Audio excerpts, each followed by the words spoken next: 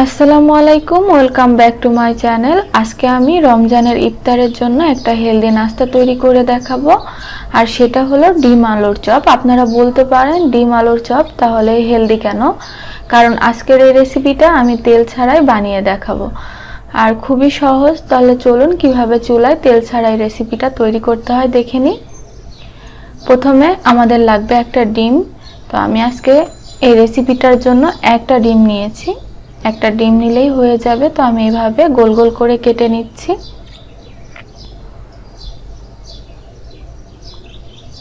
তো কুসুমটা যেন বের হয়ে না আসে, এজন্য আমি দুই আঙ্গুল দিয়ে দুই পাশে ধরে তারপরে কেটে নিচ্ছি।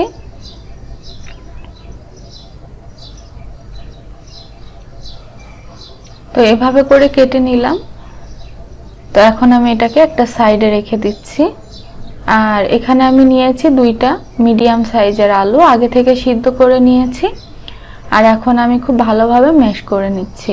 খুব ভালোভাবে ম্যাশ করে নিতে হবে যেন এর ভিতরে কোনো গোটা না থাকে। চাইলে আপনারা কাজটা হাত দিয়েও করতে পারেন।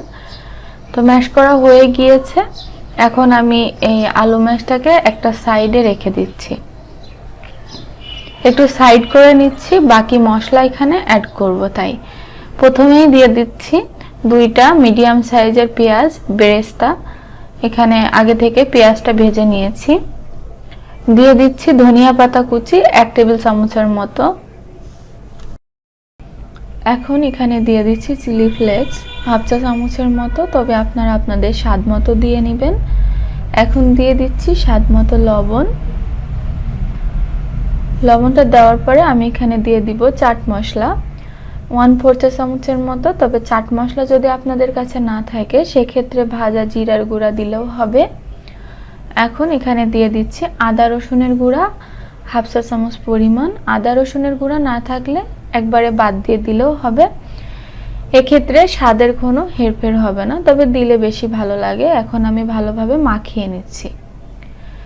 এখন মশলাটাকে একসাথে মাখিয়ে নিয়ে আলুর সাথে মিশিয়ে নিচ্ছি। আপনারা চাইলে এখানে সামান্য একটু সরিষার তেল অ্যাড করতে পারেন। তো আলুটা মাখানো শেষ। আমি সামান্য একটু আলু ভর্তা হাতের ভিতরে নিয়ে শেপ দেওয়ার জন্য রেডি করছি। তো আমি আরেকটা হাতের তালুতে নিয়ে চ্যাপটা করে এর উপর একটা ডিমের স্লাইস দিয়ে চারপাশ থেকে মুড়িয়ে দিচ্ছি। খুব ভালোভাবে মুড়িয়ে দিতে হবে যেন ডিমটা কোনোভাবে বের হয়ে না যায়। তো আমি কাজটা কিভাবে করছি একটু ভালোভাবে দেখলে বুঝতে পারবেন। তো একটু এরকম চ্যাপটা করে দিতে হবে। তো আমার একটা কিন্তু তৈরি হয়ে গেল, আর আমি সবগুলো একইভাবে তৈরি করে নিব। তো সবগুলো তৈরি হয়ে গিয়েছে। আমি যে পরিমাণে করেছি আমার 5টার মতো তৈরি হয়েছে। এখন এখানে একটা বাটির ভিতরে নিয়ে নিচ্ছি 3 টেবিল চামচের মতো ময়দা। চাইলে এখানে আটা নেওয়া যাবে। আর এর ভিতরে আমি 1/3 কাপ পরিমাণ পানি দিয়ে দিব। তবে একটু একটু করে দিয়ে ব্যাটারটা তৈরি করতে হবে।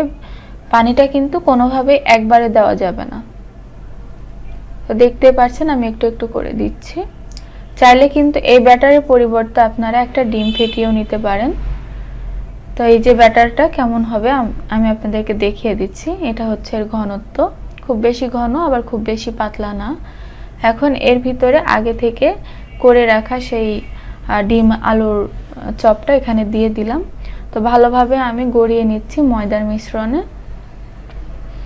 ভালোভাবে মুড়িয়ে নেওয়ার পরে এখন আমি দিয়ে দিচ্ছি ব্রেড ক্রাম্বসের ভিতরে। তো আমি এখানে টোস্টের গুঁড়া ব্যবহার করেছি, তবে আপনারা চাইলে এখানে ব্রেড ক্রাম্বস ব্যবহার করতে পারেন। তো আমি খুব চারপাশ দিয়ে ভালোভাবে কোট করে নিচ্ছি। একটু আলতো হাতে করে নিতে হবে। আর এইভাবে আমি ঘুরিয়ে ঘুরিয়ে করে নিচ্ছি, কোনো অংশ যেন ফাঁকা থেকে না থাকে। তো আমারটা কিন্তু হয়ে গিয়েছে। আর এইভাবে আমি সবগুলো তৈরি করে নিব। সবগুলো তৈরি করার পরে আমি চুলায় চলে এসেছি। চুলায় একটা প্যান বসিয়ে তার উপরে স্ট্যান্ড বসিয়ে দিয়েছি। আর আমি স্ট্যান্ড এবং প্যানটাকে হিট করে নিয়েছি আগে থেকে। এখন এর উপরে আমি এই চপগুলোকে বসিয়ে দিচ্ছি। আপনারা চাইলে স্ট্যান্ড না থাকলে এখানে কোনো বাটি বা স্টিলের কোনো প্লেট এখানে ব্যবহার করতে পারেন, বা বড় কোনো হাঁড়িতেও কিন্তু করতে পারেন। তো সব চপগুলো সাজানোর পরে আমি এখন ঢাকনা দিয়ে ঢেকে দিচ্ছি।